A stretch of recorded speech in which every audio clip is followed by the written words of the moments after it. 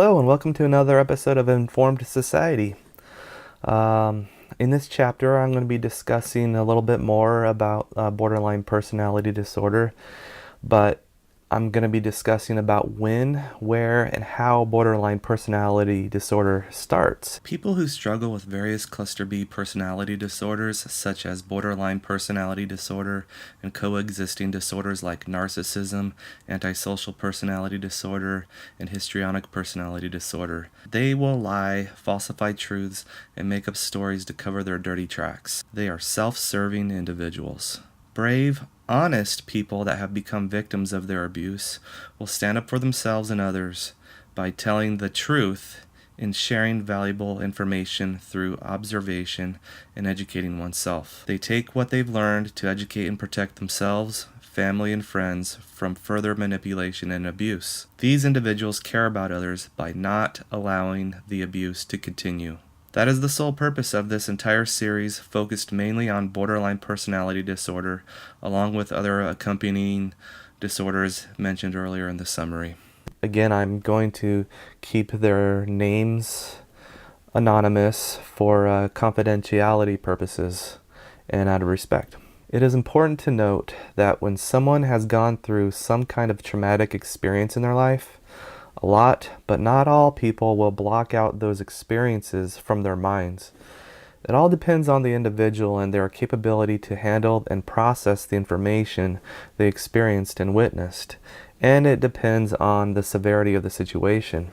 With that said, even those who have blocked out certain experiences in their life, at one time or another, will regain small amounts of information of past experiences, although some things may not be totally clear or accurate perceptions, depending on how much cognitive damage has been done in certain individuals' minds through head trauma, seizures, drugs and alcohol, or chemical and or mental disorders such as anxiety and depression, ADHD, PTSD, among other disorders that could cause brain signal interruptions. Those who have been fortunate to have had very little to no head trauma, no chemical interruptions or damage to their brain through seizures or drugs and alcohol, very little to no signs of anxiety or depression, typically will remember more than those who haven't been as fortunate and those who have abused drugs and alcohol or have encountered some kind of head trauma.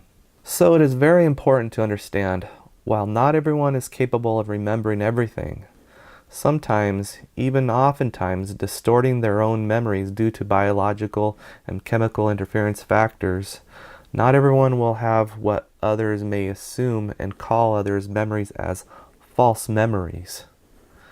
The only false memories come from those with selective memory, by choice through lying by omission as a way to cover up from their own past mistakes, or through inability to recall everything due to memory loss as one ages, or cause of brain damage through seizures, massive head trauma, or hard or mild drugs and alcohol. Now that we have covered those factors, it's time to move forward with some known situations that others may be familiar with and recognize similar traits within their own family dynamics.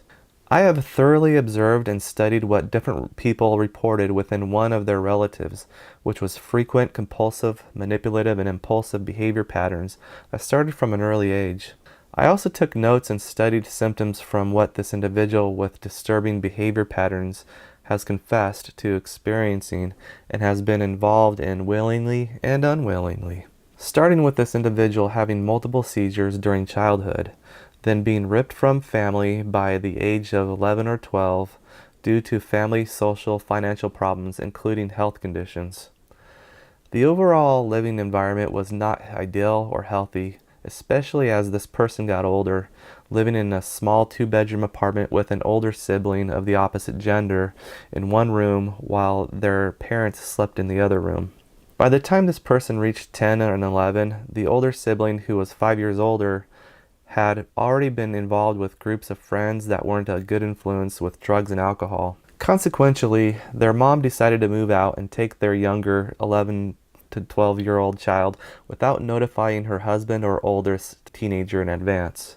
Several months passed by, then the oldest at age 15 to 16 moved out to live with some friends. I don't know whether the older one of the two moved out by choice or by force.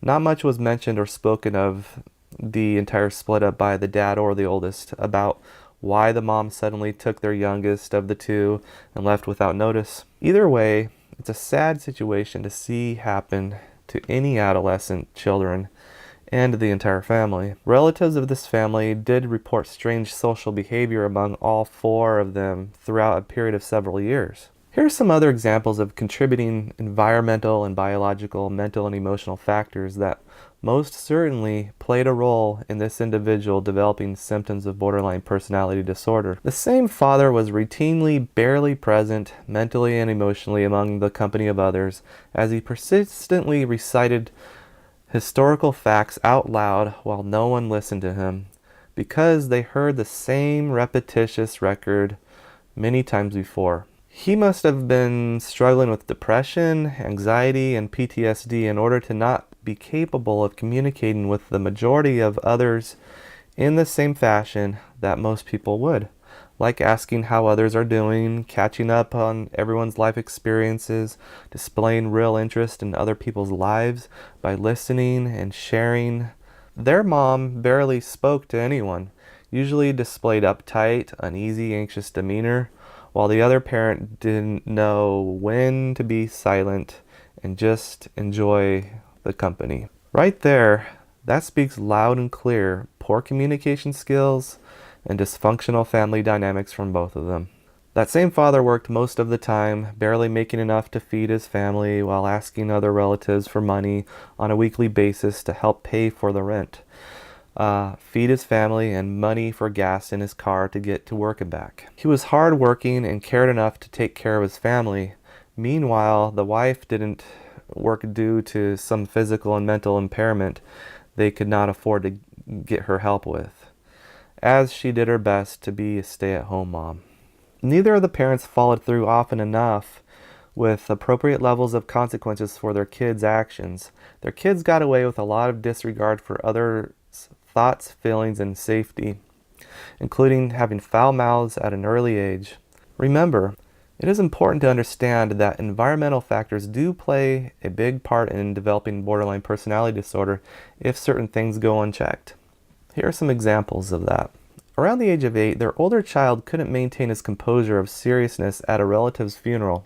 Probably didn't understand at that age what death was because the parents of this child probably didn't explain what death meant before the funeral. Shortly after the uncontrollable outbursts, the cousins followed in laughter because it was a contagious laughter, not because the situation was funny, but because it was a form of emotional release in an inappropriate manner and setting. The aunt of the oldest sibling was the only one who took charge and shooed all of them out of the building. Another example. Age 8. Their oldest child first initiated throwing rocks off a freeway bridge into oncoming traffic below. The friend of the older sibling followed the poor decision, while the mom was pushing the younger sibling in a stroller, walking back home from eating lunch at McDonald's. Older sibling's mom only told them to stop it a few times, but didn't follow through by physically taking the rocks out of their hands or warning them with punishment for their actions.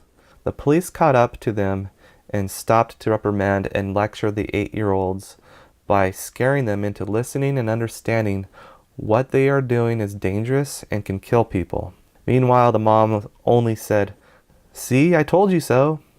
A child's innocent thought process and impulsive behavior out of boredom cannot and should not be accounted for anything other than learning from their mistakes. The parents of his friend raised their kids very well with positive reinforcement. They took their kids to church, Boy Scouts and Girl Scouts, different sports and outdoor activities, all during the early 1970s through the early 1990s. Age 9.